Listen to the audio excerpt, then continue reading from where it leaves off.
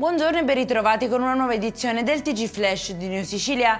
In apertura giro d'affari mafioso dietro un'impresa confiscata, sequestrati 250.000 euro nel Messinese.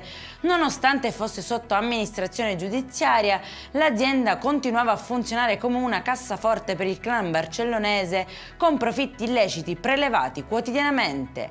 Agguato in via Maniace a Palermo, un uomo di 54 anni è stato ferito alle gambe a colpi di pistola. A dare l'allarme alcuni residenti allertati dagli spari. L'uomo è stato portato in ospedale, nel frattempo la polizia ha avviato le indagini, non si esclude la pista del regolamento di conti.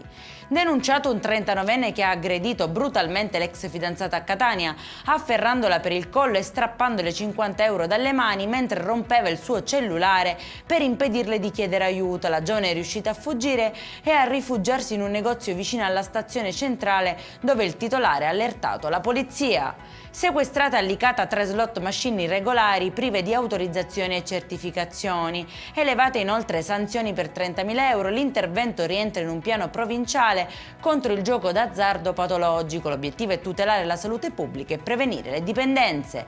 E in chiusura buone notizie per quanto riguarda il meteo. Mattinata leggermente più fresca in Sicilia, con temperature in lieve diminuzione rispetto ai giorni precedenti. Se lunedì i valori oscillavano tra i 30 e i 40 gradi, oggi nella maggior parte delle località si rimane sotto i 30, anche se non mancano alcune eccezioni.